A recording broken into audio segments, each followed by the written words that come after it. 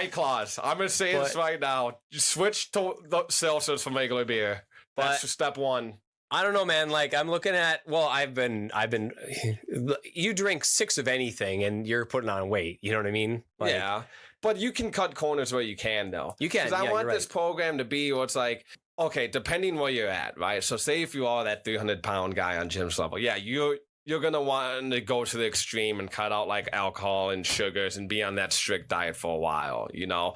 But if you're someone who's just, you know, a little pudgy, you like going out on weekends, but you're starting to get to that age now where, you know, you can't get away with getting wasted on Saturday night and then laying around all day on Sunday and eating pizza, you know what I mean, while you're watching the Vikings game. Because now that weight's starting to stick onto you. Oh, for sure, yeah. Like, you know, like, yeah, I look at a pizza and, you know what I mean, I'm gaining weight. Yeah. You know, like, it sucks. And that shows the different types of body types you and I have as well.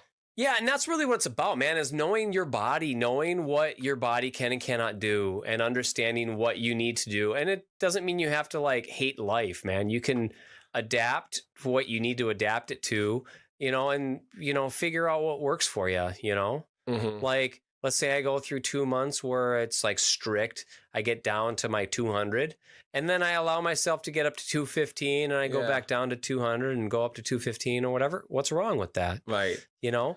But don't beat yourself up for it. Like, if you end up, like, if you go hard for a couple of weeks, like Jim was saying, and then you take, like, it easy for the next month, that's as long as you're still staying consistent and persistent with it. Yeah. That's what matters. That's really all that matters, you know? I mean, it's when you start and stop. Yeah. And then you try to start like a month later, and then you start lying to yourself. Yeah, good fucking luck. But now when you go on this journey, right, especially if you're a large person and you're trying to get smaller, you start to realize it's not just food that's your problem. It's your, like, food is fuel. It's not therapy. Right? Okay. So you start looking in the reasons of why you binge eat, and you start looking at the reasons of why you feel the way you feel.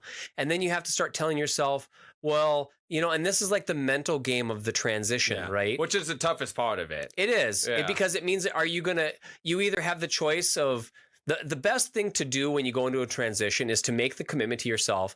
No matter how many times I fail, I'm going to keep doing it. Yeah.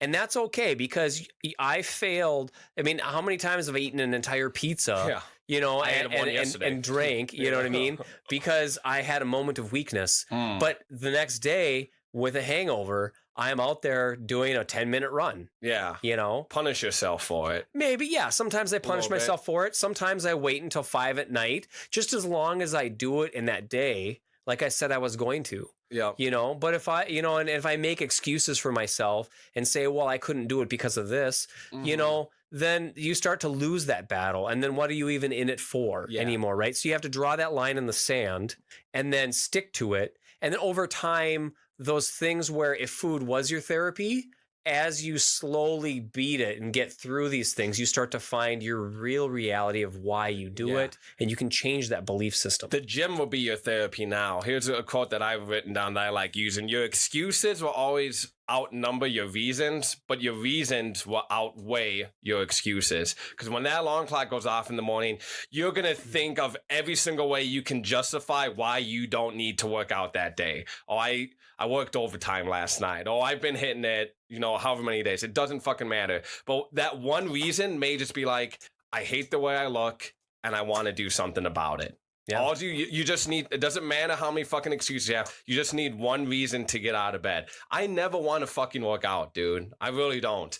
Like, there's probably maybe like one day out of the week where I actually want to do it. And I know I've said it before, and like everyone says that, right? When I listen to like other, like, you know, bodybuilders or really, you know, workout enthusiast guys, they all say the same shit. So yeah, it's cliche, but it's true though too at the same time, you know? So just know that you're not alone when you wake up and you don't want to fucking work out. Like the dude who's fucking under 5% body fat with a 6-pack, he woke up, he doesn't want to work out either. The difference is he still does it anyway and you don't. Yeah, I would have to say in the best way to start off with, like, and if you're not like you're not doing a program or anything,